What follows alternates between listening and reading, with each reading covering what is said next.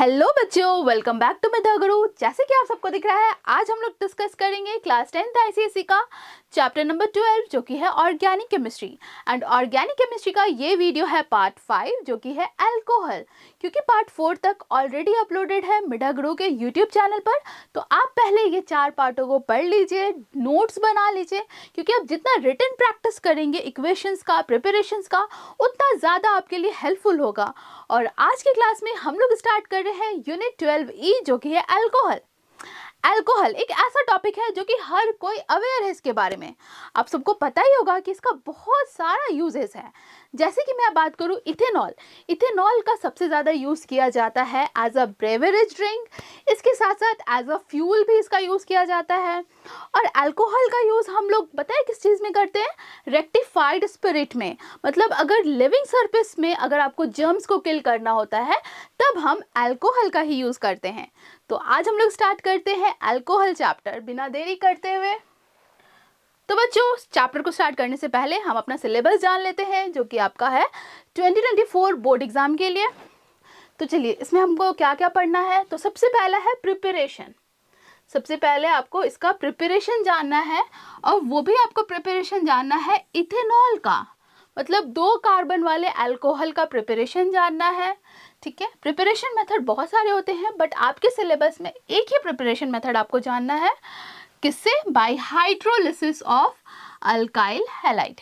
ठीक है, ये हम डिस्कस करेंगे। उसके बाद आ जाते हैं प्रॉपर्टीज। तो प्रॉपर्टीज आपको जानना है, दोनों properties, physical as well as chemical properties. Physical में आ जाएगा इसका solubility, density, nature. And chemical properties में आ जाएगा कि अगर अल्कोहल का किसी और सब्सटेंस के साथ रिएक्शन करा रहे तो क्या प्रोडक्ट मिल रहा है हमें। ठीक है, तो वो हो जाएगा केमिकल प्रॉपर्टीज, और उसके बाद फिजिकल प्रॉपर्टीज, दोनों डिस्कस करेंगे। उसके बाद आपके सिलेबस में है डीनेचर्ड एंड स्प्रूशियस अल्कोहल किसे कहते हैं। ठीक है, ये भी डिस्कस करेंगे। और last but not the list, important uses of ethanol. आपको सिर्फ और सिर्फ इथेनॉल का यूजेस पूछा जाएगा एग्जाम में। ठीक है, तो इथेनॉल का यूजेस तो मैं अभी भी बता दिया आपको थोड़ी देर पहले, बट हम ये डिटेल में भी डिस्कस करेंगे। तो चलिए स्टार्ट करते हैं। अब जानते हैं अल्कोहल आखिर होता क्या है। तो अल्कोहल होता है डेरिवेटिव अल्केन का, मतलब अल्केन से ही बना हुआ है अल्कोहल। कैसे बनता है? लेट्स सपोज आप कोई भी अल्केन ले रहे हैं, लेट्स सपोज इथेन ले रहे हैं। ठीक है, इथेन में 2 कार्बन है एंड 6 हाइड्रोजन होते हैं।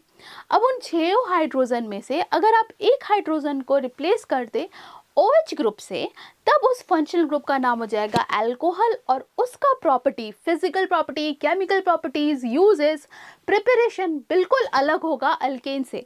लेकिन अल्कोहल किससे बना हुआ है? अल्केन से ही बना हुआ है। ठीक है, तो हम कहते हैं alcohols are the hydroxyl, OH है इसलिए हाइड्रोक्सिल डेरिवेटिव ऑफ अल्केन।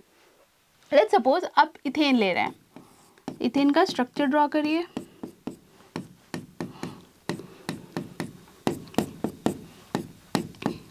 इसी का अगर आपको बोलते कंडेंस्ड फॉर्म लिखना तो कैसे लिखेंगे? C2H6, ये कंडेंस्ड फॉर्म हो गया, ये स्ट्रक्चर फॉर्म हो गया। अब देखिए, इसमें से आप एक हाइड्रोजन को बाहर कर दें। ठीक है, और इसकी जगह आप OH ग्रुप यहाँ पर ऐड कर रहे हैं। ठीक, तो क्या हो जाएगा? OH, और बाकी हाइड्रोजन एज इट इज रहेगा।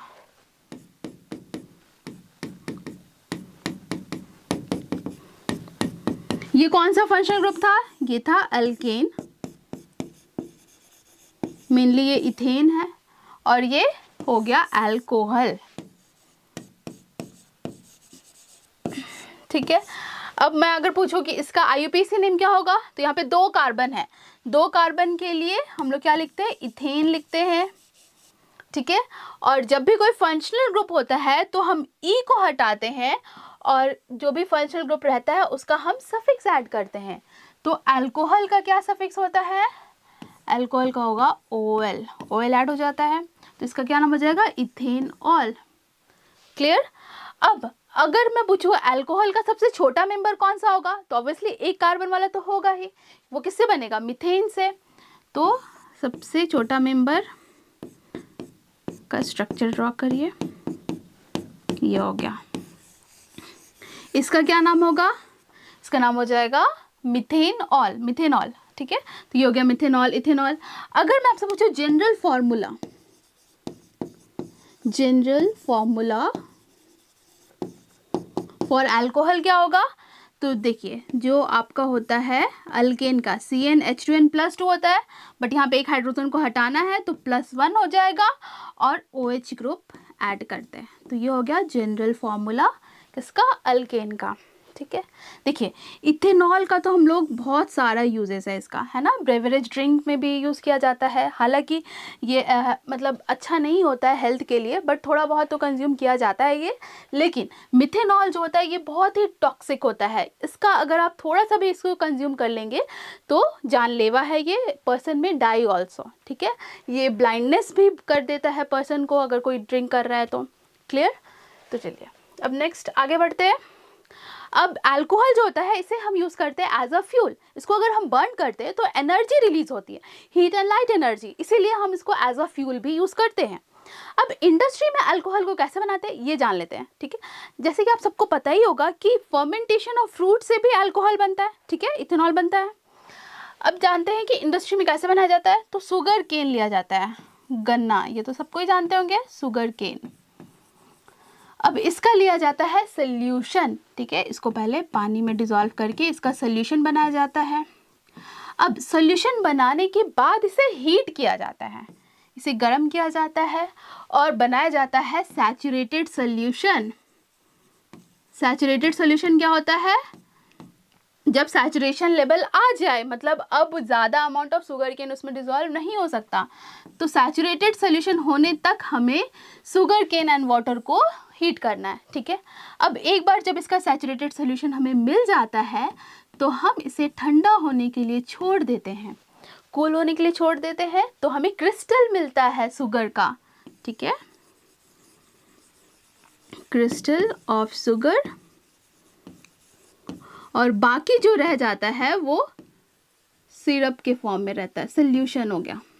ठीक है, जो लेफ्ट ओवर होता है ना उसे हम मोलासेस भी बोलते हैं, मोलासेस। ठीक है, जो ये सिरप बचता है। क्लियर? तो शुगर केन का सबसे पहले सोल्यूशन लेना है, उसे हीट करना है सैचुरेटेड सोल्यूशन होने तक, उसके बाद उसे ठंडा होने के लिए हम छोड़ देते हैं तो उससे क्रिस्टल मिल जाता है हमें शुगर का। क्लियर? और ये प्रोसेस भी होता है सॉल्ट बनाने का भी, क्रिस्टलाइजेशन प्रोसेस, ये तो शायद आपको पता ही होगा। अब मोलासेस जो बना, जो सिरप बना, इसी का हम फर्मेंटेशन करवाते हैं। जब हम इसका फर्मेंटेशन कराते हैं तो हमें मिलता है इथेनॉल। कैसे मिलता है चलिए जान लेते हैं। मोलासेस शुगर है तो इसका फॉर्मूला क्या होगा? इसका फॉर्मूला होता है C12H22O11। ठीक है, इसमें सोल्यूशन है इसका, तो वाटर भी है। तो हम यहाँ पर इसका कराते हैं फर्मेंटेशन, मोलासेस का कराना है फर्मेंटेशन कराते हैं हम इसका। ठीक है, एंजाइम्स के हेल्प से। तो हम यहाँ पर क्या लेते हैं, कौन सा एंजाइम्स लेते हैं? तो हम लेते हैं invertase enzymes in presence of air. ठीक है, एयर के प्रेजेंस में ये एंजाइम्स ऐड करते हैं तो शुगर जो है ये चेंज हो जाता है ग्लूकोज एंड फ्रुक्टोज में। ठीक है, शुगर एंड फ्रुक्टोज का फॉर्मूला सेम होता है बट स्ट्रक्चर डिफरेंट होता है। ठीक है, फॉर्मूला होता है C6H12O6 का ग्लूकोज, एंड फ्रुक्टोज का भी formula same but structure different होता है। ठीक है, ये हो गया ग्लूकोज एंड ये फ्रुक्टोज। ठीक है, ये हो गया फर्स्ट स्टेप। एक और स्टेप लिखना है आपको। सेकेंड स्टेप, इस ग्लूकोज का भी हम फर्मेंटेशन कराते हैं, बट यहाँ पर हम कराते हैं इन एब्सेंस ऑफ एयर। ठीक है, एब्सेंस ऑफ एयर। और यहाँ पर जो हम एंजाइम यूज करते हैं उस एंजाइम का नाम है जाइमेज। जाइमेज एंजाइम्स लेते हैं, तब ग्लूकोज चेंज हो जाता है इथेनॉल में, C2H5OH plus carbon dioxide gas release हो जाता है। तो इस तरह से इथेनॉल को इंडस्ट्रीज में बनाया जाता है। क्लियर है? अब नेक्स्ट नेक्स्ट इंपॉर्टेंट टर्मिनोलॉजी जो कि आपको जानना चाहिए अल्कोहल से रिलेटेड, तो सबसे पहला है रेक्टिफाइड स्पिरिट। तो अल्कोहल का हम यूज़ करते हैं अगर आपका कहीं भी लिविंग सरफेस में अगर कट लग जाता है या वहाँ पे जर्म्स है, बैक्टीरियाज हैं, तो उनको किल करने में हम लोग यूज़ करते हैं अल्कोहल का, ठीक है। तो रेक्टिफाइड स्पिरिट यही हो गया जो कि डेटॉल, सेवलॉन में यूज़ किया जाता है। उसके बाद है 100% प्योर इथेनॉल। तो देखिए इथेनॉल को थोड़ा बहुत तो कंज्यूम किया जाता है, मेडिसिन्स में भी होते हैं, बट 100% प्योर इथेनॉल है तो ये भी हमारे लिए फैटल है। तो 100% प्योर इथेनॉल का जनरली यूज़ किया जाता है एक्सपेरिमेंट में, रिसर्च करने में। उसके बाद है डीनेचर्ड अल्कोहल। देखिए जब हम लोग इंडस्ट्रीज़ में इथेनॉल को बनाते हैं, देखिए इथेनॉल को हमें बहुत ज़्यादा अमाउंट में इंडस्ट्रीज़ में हम बनाते हैं क्योंकि इथेनॉल का बहुत वाइड एप्लीकेशंस है, बहुत सारा यूज़ है इसका। तो जब इंडस्ट्रीज़ में बनाया जाता है तो वहाँ के एम्प्लॉयज़ इसका मिसयूज़ ना करें, इसके लिए इथेनॉल जब बनता है तो इसे पहले डीनेचर्ड कर दिया जाता है। डीनेचर्ड कहने का मतलब इथेनॉल के साथ कोई ऐसा सब्सटेंस मिक्स कर दिया जाता है जैसे कि कॉपर सल्फेट या मिथेनॉल, ऐसा सब्सटेंस जो कि हमारे लिए कंज्यूमेबल नहीं है।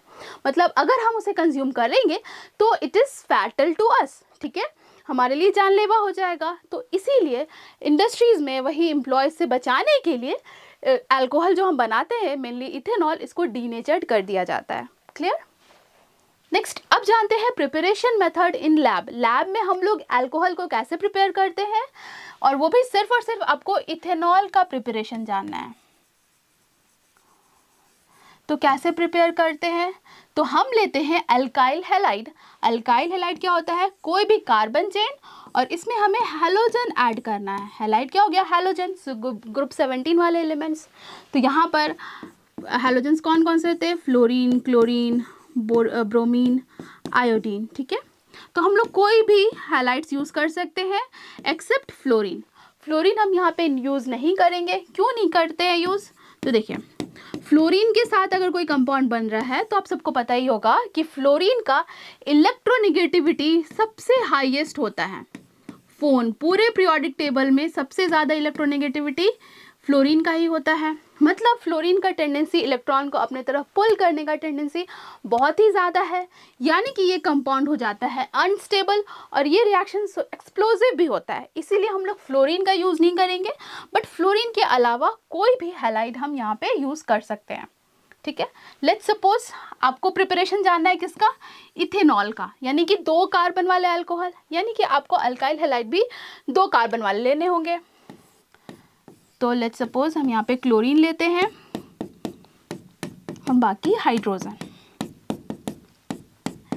इसका कॉमन नेम क्या होगा, देखिए Cl है तो हेलो अल्केन्स इसका होता है, तो इसका नाम हो जाएगा chloro ethane, CHLORO, chloro ethane. ये हो गया इसका IUPAC नेम। अब पूछेंगे इसका कॉमन नेम बताइए, इसका कॉमन नेम क्या होगा, अल्काइल। अल्काइल है तो ethyl chloride, excuse me,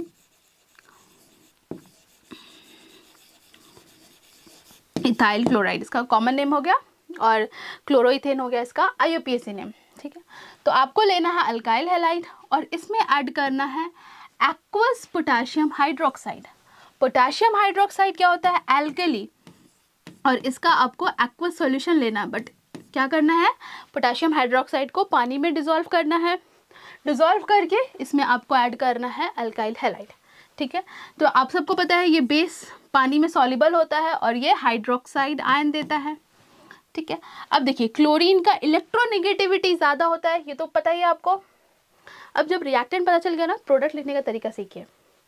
chlorine का इलेक्ट्रोनेगेटिविटी ज़्यादा है, ठीक है, यानी कि यहाँ पर जो 2 इलेक्ट्रॉन होगा क्लोरीन अपनी तरफ पुल करेगा, और किसी भी एटम पे अगर इलेक्ट्रॉन आ रहा है तो उसके सर पर आ जाएगा निगेटिव चार्ज। अब यहाँ पे पूरा इलेक्ट्रॉन ये एक्सेप्ट नहीं करते हैं, इसलिए इस पर पार्शियल निगेटिव चार्ज आएगा, ठीक है। अगर एक एटम के पास पार्शियल निगेटिव चार्ज फील हो रहा है तो ऑब्वियसली दूसरे के पास पार्शियली पॉजिटिव होगा। अब ये अगर आप समझ गए तो आप प्रोडक्ट आसानी से लिख सकते हैं। अब क्या करना है, positive negative attract each other, ठीक है। तो इसका पॉजिटिव के पास आ जाएगा ये निगेटिव OH माइनस, और इसका पॉजिटिव के पास आ जाएगा ये निगेटिव Cl माइनस। तो यहाँ पर ये एज इट इज़ रहेगा बस Cl के जगह पे आ जाएगा OH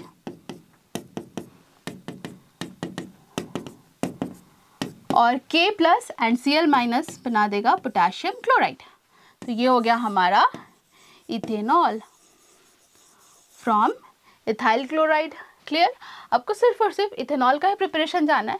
लेट्स सपोज अगर पूछ दे प्रोपेनॉल कैसे बनाना है, यानी कि 3 कार्बन वाला, तो उसके लिए आपको क्या करना पड़ेगा, प्रोपाइल क्लोराइड लेना पड़ेगा, है ना, क्लोरोप्रोपेन लेना पड़ेगा। Cl ले लीजिए प्लस KOH, इसको हल्का सा हीट भी करना होता है, निगेटिव पॉजिटिव, तो इसके पॉजिटिव के पास OH माइनस आ जाएगा और K plus Cl minus. Clear? तो ये था प्रिपरेशन अल्कोहल का। Next, physical property of alcohol.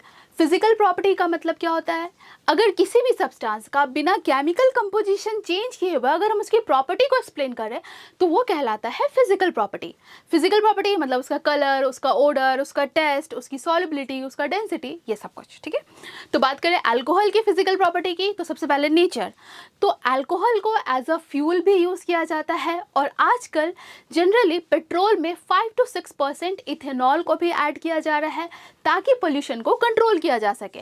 क्योंकि क्या होता है कि अगर हम लोग इथेनॉल को पेट्रोल में मिक्स कर देते हैं तो ज़्यादा अमाउंट में कार्बन डाइऑक्साइड गैस रिलीज होता है इंस्टेड ऑफ नाइट्रोजन डाइऑक्साइड और सल्फर डाइऑक्साइड। ठीक है, तो नेचर की बात करें तो ये इनफ्लेमेबल लिक्विड होता है, लेकिन ये वोलाटाइल लिक्विड होता है।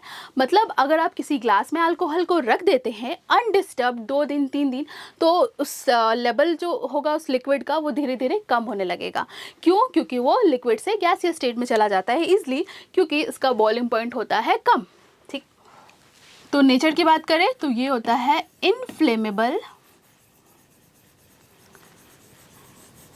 volatile liquid।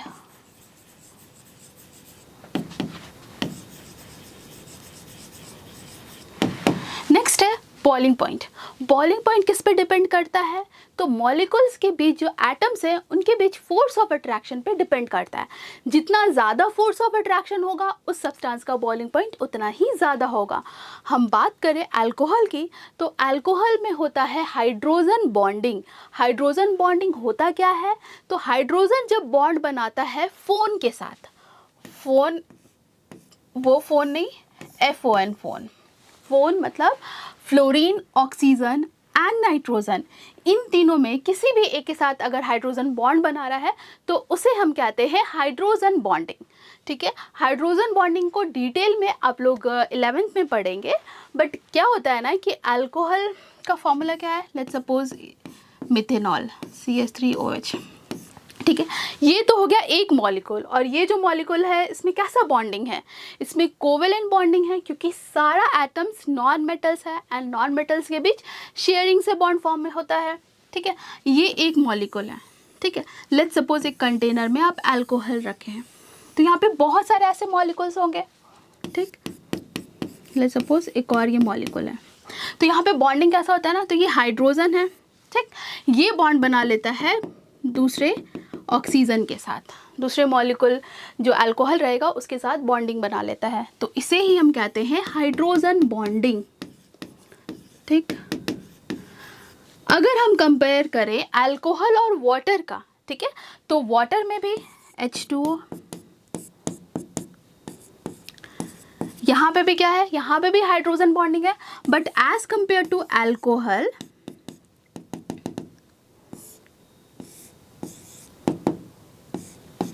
As compare to alcohol यहाँ पे बॉन्डिंग थोड़ा स्ट्रांग होता है, इसीलिए वाटर का बॉइलिंग पॉइंट कितना होता है 100 डिग्री सेल्सियस। ठीक है, वेयर एज अल्कोहल का कितना होता है, इसका होता है 70 डिग्री सेल्सियस। क्लियर? तो बॉइलिंग पॉइंट किस पे डिपेंड करता है, फोर्स ऑफ अट्रैक्शन पे डिपेंड करता है, और पानी से बॉइलिंग पॉइंट कम होता है अल्कोहल का। ठीक,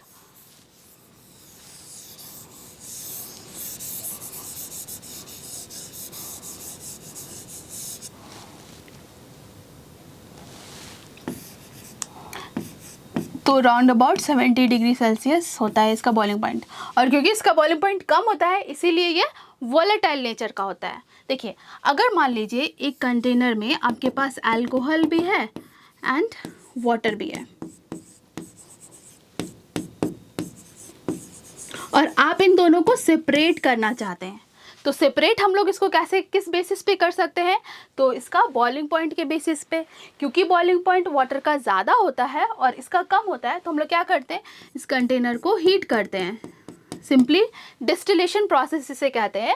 तो इसमें क्या करते हैं, अगर हम हीट कर रहे हैं तो क्योंकि अल्कोहल का बॉइलिंग पॉइंट कम है, तो सबसे पहले 70 डिग्री जब तक इसका हो जाएगा तो यहाँ पे जितने भी अल्कोहल होंगे वो वेपर फॉर्म में बाहर चला जाता है। ठीक है, फिर हम इसको अलग स्टोर कर लेते हैं कंडेंस करके, और क्योंकि वाटर का बॉइलिंग पॉइंट ज़्यादा है तो ये यहीं पे रह जाता है।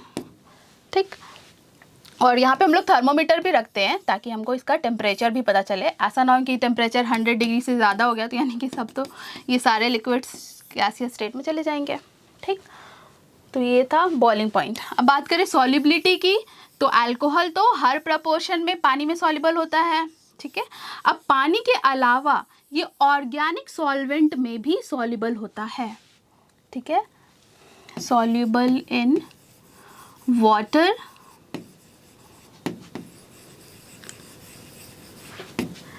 as well as and organic solvent। Organic solvent मतलब जितने भी नॉन पोलर कंपाउंड्स हैं, नॉन पोलर कोवेलेंट कंपाउंड्स जैसे कि बेंजीन, कार्बन टेट्राक्लोराइड, ये सब में भी अल्कोहल सॉल्युबल होता है। पानी में तो सॉल्युबल रहेगा ही, क्योंकि अल्कोहल कैसा है, पोलर है, क्योंकि ऑक्सीजन और हाइड्रोजन के बीच पोलैरिटी आ जाएगा, क्योंकि ऑक्सीजन का इलेक्ट्रोनेगेटिविटी ज़्यादा होता है एज़ कम्पेयर टू हाइड्रोजन, तो ऑक्सीजन पे पार्शियल नेगेटिव चार्ज आ जाएगा। बात करें डेंसिटी की, तो डेंसिटी होता क्या है, मास पर यूनिट वॉल्यूम। मतलब अगर हम कोई फिक्स्ड अमाउंट ऑफ वॉल्यूम ले रहे हैं और हम चेक करते हैं कि उस पर्टिकुलर वॉल्यूम में कितना मास अल्कोहल होगा, ये कहलाता है डेंसिटी। ठीक, तो ये देखा गया है कि जनरली जितने भी लोअर मेंबर्स वाले अल्कोहल है, लेट्स सपोज मिथेनॉल और ethanol, these have less density than water।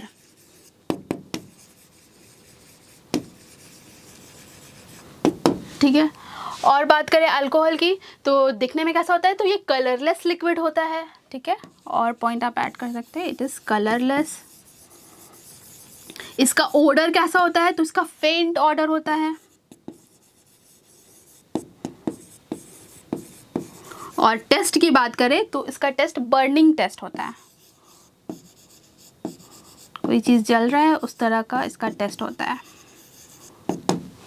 Clear. अब नेक्स्ट बात करते हैं केमिकल प्रॉपर्टीज अल्कोहल की। तो सबसे पहला केमिकल प्रॉपर्टी है कंबशन रिएक्शन। कंबशन क्या होता है, आपको पता है अल्कोहल को हम यूज़ करते हैं एज अ फ्यूल, तो अल्कोहल बर्न होके क्या देता है वो देखना है हमें। ठीक है, तो लेट्स सपोज हम लेते हैं मिथेनॉल और इसको बर्न कर रहे हैं। कंबशन मतलब उस चीज़ को पूरा बर्न करना, बर्न करें तो बर्न करने के बाद हमें क्या क्या प्रोडक्ट मिलेगा, तो कार्बन है, ऑक्सीजन है, कार्बन डाइऑक्साइड गैस रिलीज होगा, और यहाँ पे हाइड्रोजन और ऑक्सीजन भी है तो H2O भी फॉर्म होगा।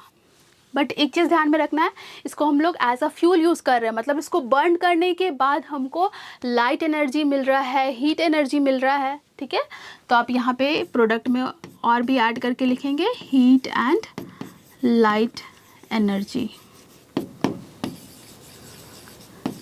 तो अल्कोहल को अगर हम बर्न करते हैं तो ट्रिमेंडस अमाउंट ऑफ हीट भी रिलीज़ होता है। ठीक है, अब यहाँ पर आप तो मिथेनॉल लिए हैं, मिथेनॉल के अलावा अगर आप इथेनॉल भी लेते हैं C2H5OH, ये है इथेनॉल, इसको भी अगर आप बर्न करेंगे तो यहाँ पे प्रोडक्ट अगेन सेम मिलेगा CO2 plus H2O plus heat and light. ठीक है, अब मान लीजिए एक चीज़ यहाँ पे ध्यान में रखना है कि अगर आप सफिशिएंट अमाउंट ऑफ ऑक्सीजन के प्रेजेंस में अगर बर्न कर रहे हैं तब हमें कार्बन डाइऑक्साइड गैस मिलेगा। ठीक, जो कि पॉइजनस नहीं होता है, ऑल्दो रिस्पॉन्सिबल होता है ग्लोबल वार्मिंग के लिए, ठीक है। लेकिन अगर आप इथेनॉल लिए हैं और इसमें इनसफिशिएंट ऑक्सीजन सप्लाई किए हैं,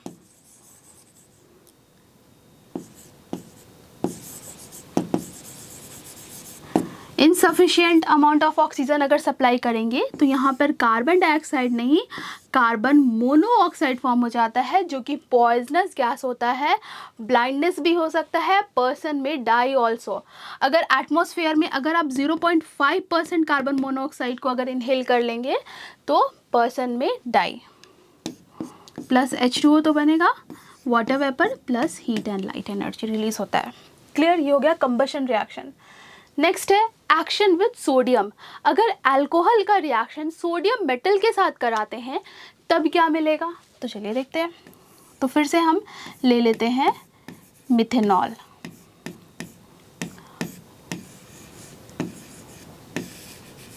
इसमें क्या हुआ, लेट्स सपोज एक बीकर लिए हैं आप, इस बीकर में आप रखे हैं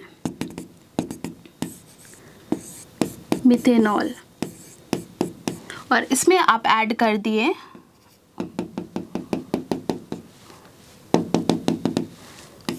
सोडियम मेटल, ठीक है। सोडियम के पैलेट्स आप इसमें ऐड कर दिए, तो क्या होगा रिएक्शन, तो देखिए रिएक्शन आप खुद ही लिख सकते हैं, बट थोड़ा सा समझिए, अपना थोड़ा सा माइंड को शार्प रखना है यहाँ पे। देखिए मेटल का क्या टेंडेंसी होता है, इलेक्ट्रॉन को डोनेट करने का, और ये रिएक्टिव मेटल है क्योंकि इसके आउटर मोस्ट में कितना इलेक्ट्रॉन होता है, एक ही इलेक्ट्रॉन है, और एक इलेक्ट्रॉन को लूज़ करना इजी होता है, इसलिए बहुत ही ज़्यादा रिएक्टिव होता है।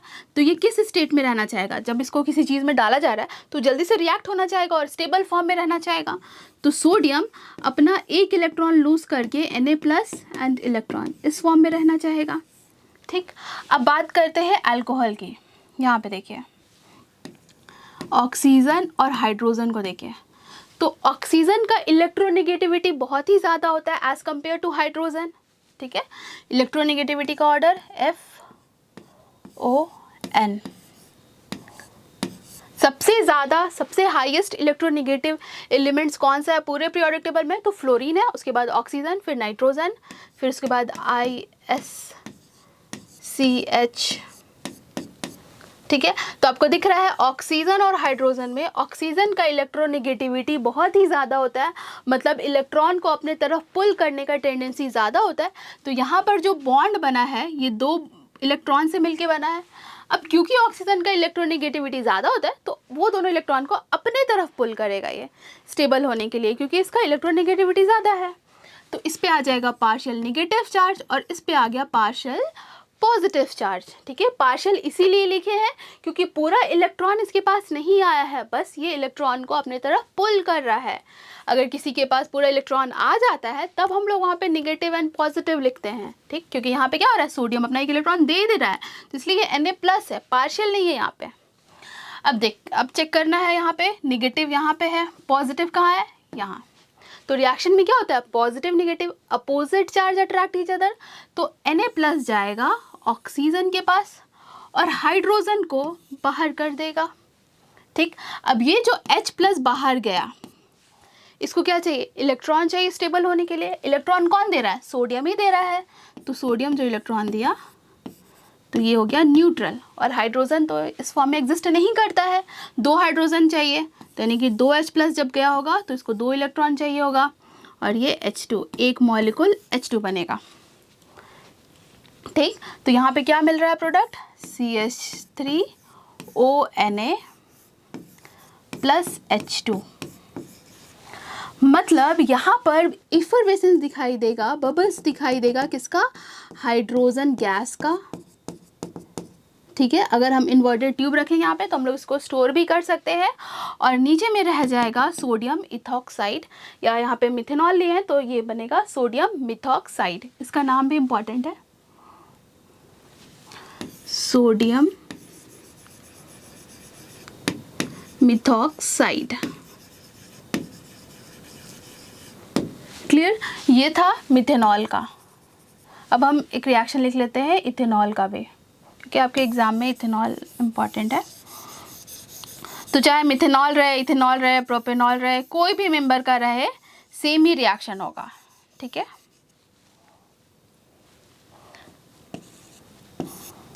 C2H5OH प्लस Na, क्या होगा यहाँ पे रिएक्शन?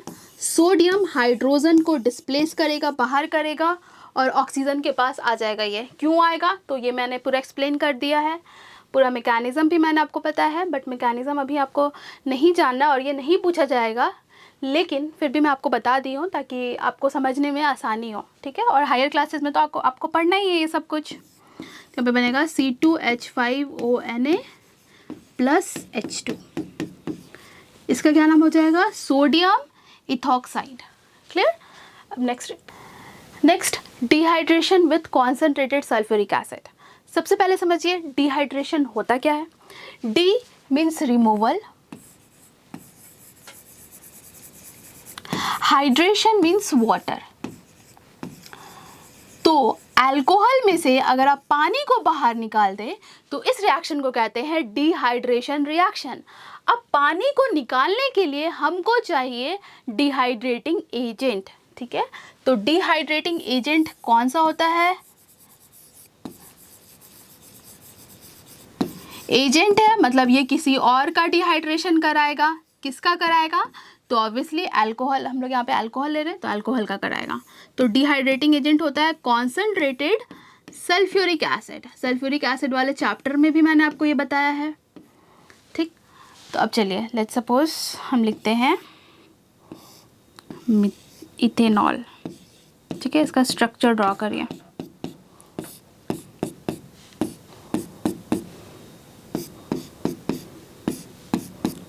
ठीक है, ये है हमारा इथेनॉल। इसमें आप ऐड कर रहे हैं कॉन्सेंट्रेटेड सल्फ्यूरिक एसिड H2SO4। तो यहाँ से पानी बाहर चले जाता है, केमिकली बॉन्डेड अगर पानी बाहर जा रहा है इसको हम डिहाइड्रेशन रिएक्शन कहते हैं। तो यहाँ पे वाटर आपको दिख रहा होगा क्लियरली, OH और H ये दोनों मिलके क्या बन जाएगा? वाटर, H2O मिल गया, ठीक। अब यहाँ पर क्योंकि बॉन्ड ब्रेक किया तो एक एक इलेक्ट्रॉन इसके पास आ गया, दोनों के पास एक एक इलेक्ट्रॉन आया। अब रेडिकल आया तो दोनों कंबाइन करके H2O फॉर्म कर लेगा, तो यहाँ पे हमें वाटर मिलेगा। इसके साथ साथ जो यहाँ पे जब बॉन्ड ये ब्रेक किया तो एक एक इलेक्ट्रॉन कार्बन के पास भी आएगा। अब आपको पता है बॉन्ड 2 इलेक्ट्रॉन से मिलके बनता है। अब 2 इलेक्ट्रॉन है तो ये बहुत रिएक्टिव है, ठीक है। तो स्टेबल होने के लिए क्या करेगा? बॉन्ड बना लेगा। तो यहाँ पे डबल बॉन्ड फॉर्म हो जाता है, ठीक। तो यहाँ पे बाकी हाइड्रोजन एज इट इज रहेंगे और यहाँ पे डबल बॉन्ड फॉर्म हो जाएगा, ठीक। तो इसको आप ऐसे लिख सकते हैं C2H4 या फिर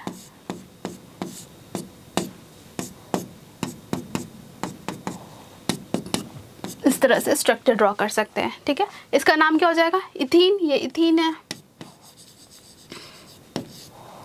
तो इथेनॉल से अगर आपको इथीन बनाना होता है तो आप ये रिएक्शन यूज़ कर सकते हैं। यहाँ पे अगर हम कॉन्सेंट्रेटेड सल्फ्यूरिक एसिड लेंगे तो ये केमिकली बॉन्डेड वाटर को बाहर कर देता है, ठीक है।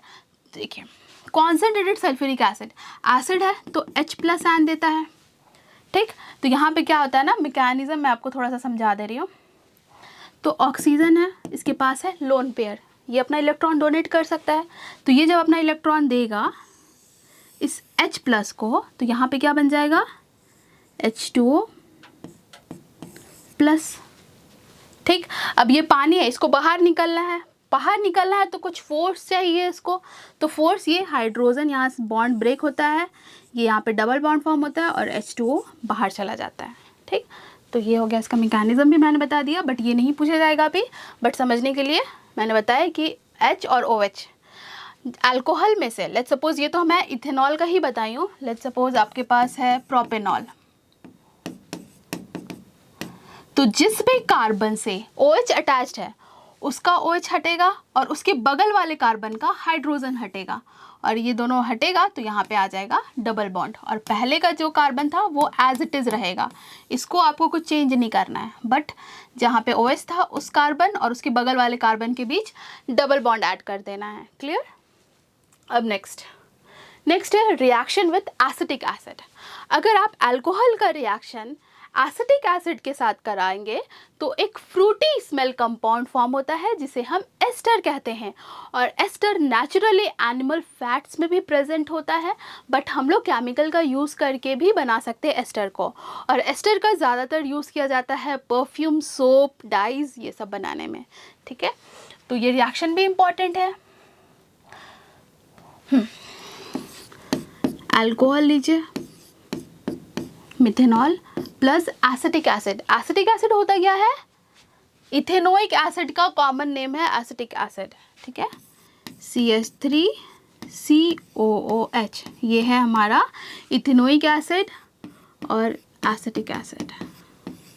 कॉमन नेम इसका याद रखना है आपको। और ये है हमारा मिथेनॉल।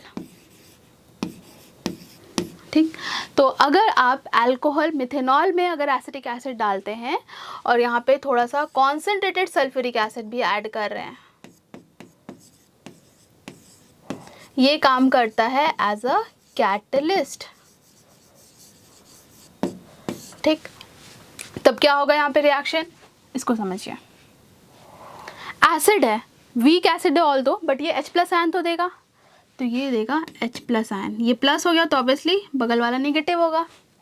ऑक्सीजन की बात करें तो ये नेगेटिव होगा, पार्शियल नेगेटिव, और इसके बगल वाला पॉजिटिव।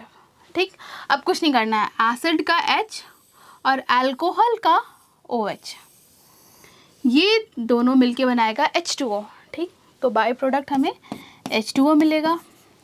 बाकी यहाँ पे इसका नेगेटिव और इसका पॉजिटिव को बस मिला देना है और कुछ नहीं करना। देखिए CH3COO CH3, यही हो गया एस्टर। ये एस्टर एक फंक्शनल ग्रुप ही है। ठीक है, इसका नाम हम कैसे लिखते हैं, तो देखिए ऑक्सीजन के बगल वाला जितना भी अगर अल्काइल चेन हो उसके लिए हम मिथाइल या अल्काइल यूज़ करते हैं। तो एक कार्बन है तो ये इसका नाम हो जाएगा मिथाइल। और एस्टर है ना, एस्टर जितने भी फंक्शनल ग्रुप होते हैं इनका सफिक्स होता है O8। ठीक, तो यहाँ पे हमें क्या लिखना है, इथेनोएट, क्योंकि 2 कार्बन है तो मिथाइल इथेनोएट इसका नाम हो जाएगा।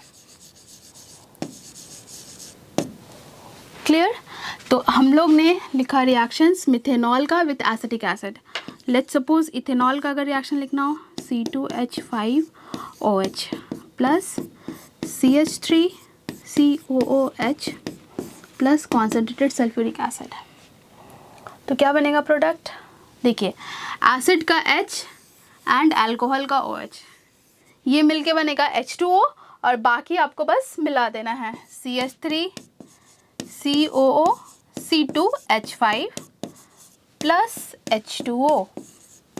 ये क्या है, ये अगेन एस्टर है और इसका नाम क्या हो जाएगा, 2 कार्बन है ना तो अल्काइल नाम लिखना है इसका, तो इथाइल, एंड अगेन यहाँ पे 2 कार्बन है तो इथाइल इथेनोएट इसका नाम हो जाएगा। ठीक है, यही है एस्टर। फ्रूटी स्मेल, इसको हम डिटेक्ट कर सकते हैं, फ्रूटी स्मेल आएगा। और इसका ज़्यादातर यूज़ किया जाता है सोप बनाने में। ठीक है, सोप डिटर्जेंट बनाने में इसका यूज़ किया जाता है। Next, uses of ethanol. Ethanol का बहुत सारा यूजेस है। सबसे पहला यूज़ एज अ फ्यूल हम लोग इसका यूज़ करते हैं। फिर स्पिरिट बनाने में, अगर कहीं पे कट लग गया है तो लिविंग सरफेस में जर्म्स या बैक्टीरियाज को किल करने में इसका यूज़ किया जाता है। फिर ब्रेवरेज ड्रिंक बनाने में, अल्कोहलिक ड्रिंक्स में भी इथेनॉल का ही यूज़ होता है। इसके साथ साथ बहुत सारे यूज़फुल कंपाउंड बनाने में भी इसका यूज़ किया जाता है। सबसे पहले alcoholic drink, spirit, methylated spirit बनाने में इसका यूज़ किया जाता है। एज अ फ्यूल तो सबको पता है, एज अ सॉल्वेंट भी इथेनॉल का यूज़ किया जाता है। इसके साथ साथ इंडस्ट्रीज़ में इसका यूज़ किया जाता है बहुत सारा यूज़फुल कंपाउंड्स बनाने में, जैसे कि पेंट, डाइज, वैनिसेस, कॉस्ट्यूम्स या फिर परफ्यूम्स। तो इसका बहुत सारा यूजेस है, इसीलिए इसे इंडस्ट्रीज़ में ज़्यादा अमाउंट में बनाया जाता है। और इसका मिसयूज़ ना हो इसीलिए इसे डीनेचर्ड कर दिया जाता है, मतलब ये अनफिट हो जाता है ह्यूमन कंजम्पशन के लिए जब इसे डीनेचर्ड हम करते हैं, मतलब कोई दूसरा कंपाउंड मिक्स कर देते हैं ताकि वो अनफिट हो जाए ह्यूमन कंजम्पशन के लिए। ठीक है, तो तो स्टूडेंट्स आज का क्लास यहीं ख़त्म करते हैं। आई होप आपको अच्छे से समझ में आया होगा अल्कोहल पार्ट, अल्कोहल का प्रिपरेशन, अल्कोहल का physical properties, chemical properties as well as ethanol का यूजेस। ठीक है, यूजेस तो आपको दोबारा पढ़ना भी नहीं पड़ेगा। तो स्टूडेंट्स अगर अभी तक आपने मीठा गुरु को लाइक, शेयर एंड सब्सक्राइब नहीं किया है तो अभी लाइक करें, सब्सक्राइब करें एंड बेल आइकन को भी हिट करना बिल्कुल भी ना भूलें, ताकि नेक्स्ट पार्ट जो है कार्बोक्सिलिक एसिड का, उसका वीडियो आप तक पहुँच पाए। ठीक है, तो मिलते हैं नेक्स्ट वीडियो में, तब तक के लिए बाय बाय और अपना प्रिपरेशन जारी रखिए।